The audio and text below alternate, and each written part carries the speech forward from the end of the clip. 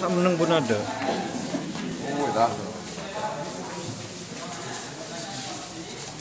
Ini lagi di Museum Al-Quran. Bismillahirrahmanirrahim. Ngaji lagi ya kan? Ya. Baik.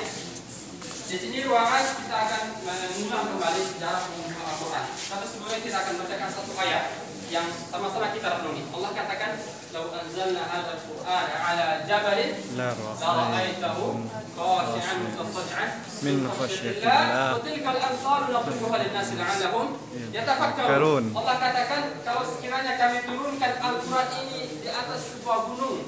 Pernah lihat Uhud? Ya, pernah kan? Seperti apa? Ada yang videonya? Ini bosnya lagi obat. Allah katakan kalau Al-Quran diturunkan di atas gunung, niscaya gunung itu akan tunduk. Bahkan hancur karena takut kepada Allah Subhanahu wa taala. Ini perumpamaan saja Allah berikan kepada kita supaya kita berpikir. Gunung saja kalau Allah turunkan Al-Quran hancur, kenapa hati kita yang lembut, terbuat dari daging yang lembut ketika kita membaca Al-Quran, ketika kita mendengarkan Al-Quran tidak sedikit pun bergetar gitu ya. Kan? Ini perlu kita introspeksi diri. Ada apa ini? Nah, makanya dari ayat ini Al-Quran itu merupakan kalimat yang sangat berat. Karena itu tidak heran ketika Rasul menerima wahyu ini berkeringat, bergetar ya, karena saking beratnya. Bahkan kendaraan yang beliau naiki pun merasa keberatan sehingga mengamburkan badannya atau merekatkan badannya saking beratnya ini. Ini menunjukkan bahwa Al-Quran ini kalimat yang besar yang tidak pantas kita sia-siakan, yang tidak pantas kita tidak berikan uang kita dalam jiwa kita, dalam hati kita untuk Al-Quran. Ya, sedangkan mengenai pengumpulannya zaman Rasul belum terkumpul sebagaimana Al-Quran saat ini. Al-Quran mulai dikumpulkan di zaman Abu Bakar. Meskipun belum juga terkumpul dalam satu kitab, baru dikumpulkan dalam satu kitab di zaman siapa? Zaman Utsman bin Affan. Makanya kita kenal dengan Mushaf. Nah ini secara ringkas pengumpulan Al-Quran. Di ruangan berikutnya kita akan melihat bagaimana perjuangan orang-orang terdahulu ya dalam menjaga Al-Quran. Karena itu kita juga melihat Al-Quran terdahulu. Ini pelajaran yang bisa kita ambil. Allah katakan inna nahnu nazzalna dzikra wa inna lahu lahafizun. Al-Quran dan kami juga akan memelihara. Ini juga bentuk pemeliharaan Allah SWT.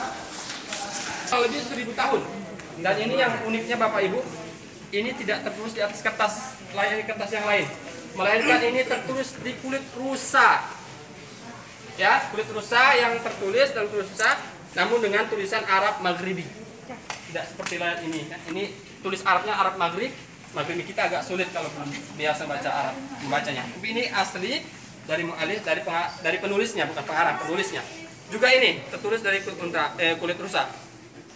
Sedangkan yang lain juga melihat hasil tulisan tangan dari ulama-ulama terdahulu. Iya. Biasanya Al-Quran kita berapa jumlah halamannya? Berapa? Ratusan. Berapa ratus kira-kira? 500-an ya? Iya, 600-an. Kita di sini memiliki Al-Quran 30 juz hanya tertulis dalam 60 halaman saja. Mau lihat ya? Tapi ya nanti gantian saja, mungkin lama karena tempatnya sempit. Ya di sini bisa lihat dari jauhan saja. Ini Al-Quran kita 30. Ya, silakan yang mau lihat saja. Selanjutnya nanti kita akan melihat Quran terbesar, ya, Quran terbesar yang ada di museum ini sekaligus di Arab Saudi ini, ya. Di ruangan selanjutnya silakan kembali. Lalu dan Quran terbesar, ya silakan nanti kalau mau lihat ya.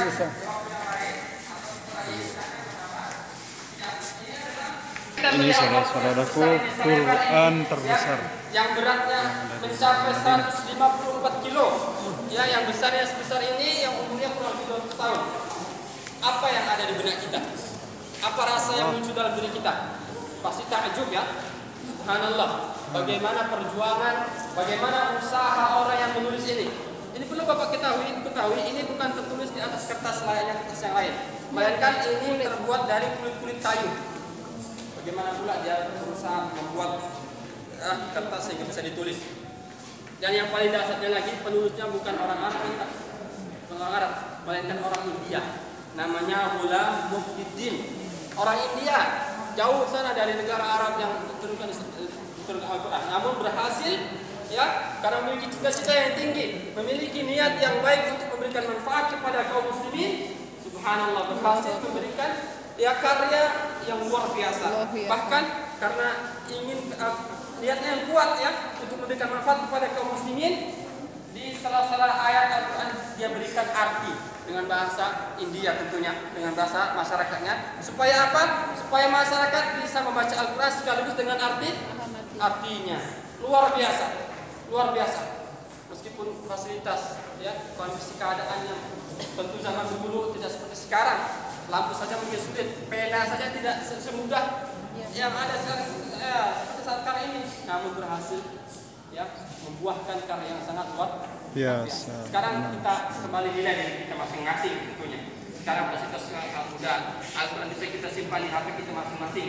Ya kan? Bisa kita bawa kemana-mana. Sejauh apa usaha kita? Sejauh apa himmah kita, semangat kita untuk membacanya, ya, untuk membacanya, untuk memahaminya, untuk mentadaburinya, ya. Tentunya itu jawabannya kepada kita masing-masing. Di ruang ini kita akan lihat tinggal dahulu, tinggal kita lihat potongan ayat yang zaman dahulu tidak berbahasa atau bird.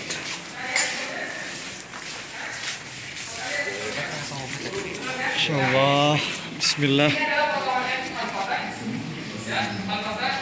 Zaman dahulu, zaman sahabat, zaman tabi'in, belum bertitik dan belum berbaris. Ada yang mau berusaha baca? Ada yang kira-kira tahu bacanya? Iya, saya bacakan ini dan jadi bacanya duna dalika fathan qariban walladzi arsalahu hudan wa dinil haq liyudhhirahu tidak tahu sedangkan dua titik ini ada rumus fathatain bukan titik, rumus fathatain seperti ini pada dahulu. Jadi bisa kita katakan orang terdahulu itu semuanya hampir hafal Al-Quran. Mereka belajar Al-Quran itu dengan cara talqin, talaqin. Makanya Al-Quran itu ulama katakan diambil dengan min fam ila fam, artinya lewat talaki, didengarkan. Ya, begitulah perjuangan orang dahulu dalam menghafal Al-Quran. Ini juga ada karya-karya yang sangat langka, sangat unik sekali. Salah satunya ini unik. Ini Al-Quran lengkap. Sekaligus dibarengi 3 catatan. Catatan pertama ada qiraatnya. Ya, kemudian catatan kedua ada tafsir Jalalain. Catatan ketiga ada makna Al-Quran dengan bahasa Persia. Juga di sini ada Al-Quran semua lafaz Allahnya. Bismillah juga 2 halaman pertama, 2 halaman terakhir ditulis dengan tinta emas. Ya, tinta emas. Juga di sini ada Quran dengan kertas kerajaan. Di sini ada Quran jenis seperti ini, besar di awal, di tengah dan di akhir. Semua ini adalah hasil karya tulis tangan para ulama-ulama terdahulu. Luar biasa perjuangan orang terdahulu ya, membaca Al-Quran ditulis dulu. Sekarang Quran sudah mudah kita dapatkan, tinggal bagaimana semangat kita untuk membaca Al-Quran. Kita lanjut, kita istirahat di ruangan sebelah sambil kita melihat atau menonton layar lebar. Ya, kita sebelahnya, kita istirahat sebentar sambil melihat dan menonton, menyaksikan film singkat namun insya Allah banyak faedahnya. Mari.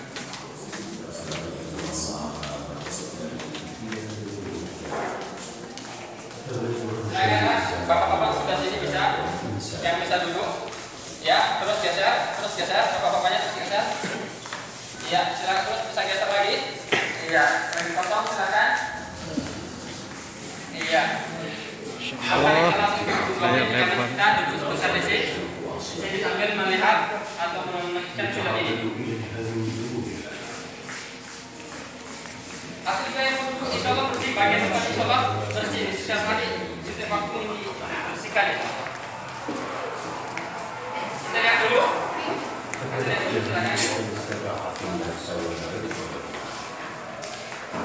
TV paling besar. Ya, jadi yang kita lihat tadi ini gambaran masyarakat dahulu sebelum Al-Quran diturunkan. Ya, atau ketika Al-Quran diturunkan tapi mereka kufur, mereka kafir, tidak menerima dan tidak percaya, tidak yakin bahwa itu Al-Quran dari Allah Subhanahu wa taala diturunkan kepada Nabi kita Muhammad sallallahu alaihi wasallam.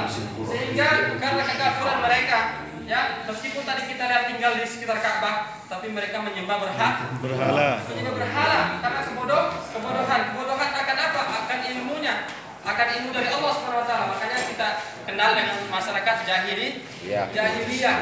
Ya, kekerasan, penindasan yang kuat menindas yang lemah, penindasan, penyiksaan tadi, kemudian perampokan, pencurian, tidak ada keamanan, pembunuhan untuk anak-anak perempuan.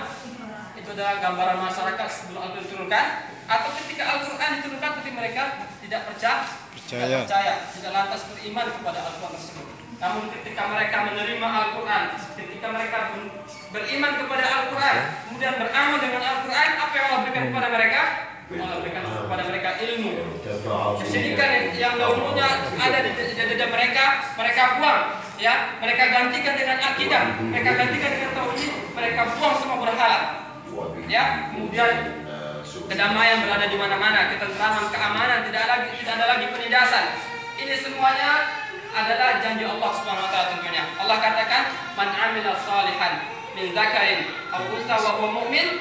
Apa janji Allah? "Falanuhyiyannahu hayatan thayyibah." Ini janji Allah. Barang siapa yang beramal saleh dari laki-laki ataupun perempuan, sedangkan mereka mukmin, maka akan Allah berikan kepada mereka hayat atau kehidupan yang thayyib, tentram, damai, tidak ada kekerasan, tidak ada penindasan. Tentunya kembali kepada kita. Kalau keluarga kita ingin damai, keluarga kita ingin tentram, anak-anak kita dijaga oleh Allah Subhanahu wa taala, semuanya berakhlak mulia. Mari kita dirikan, mari kita jaga Al-Qur'an di dalam keluarga kita. Kita lanjut. Kita lihat ke ruangan berikutnya.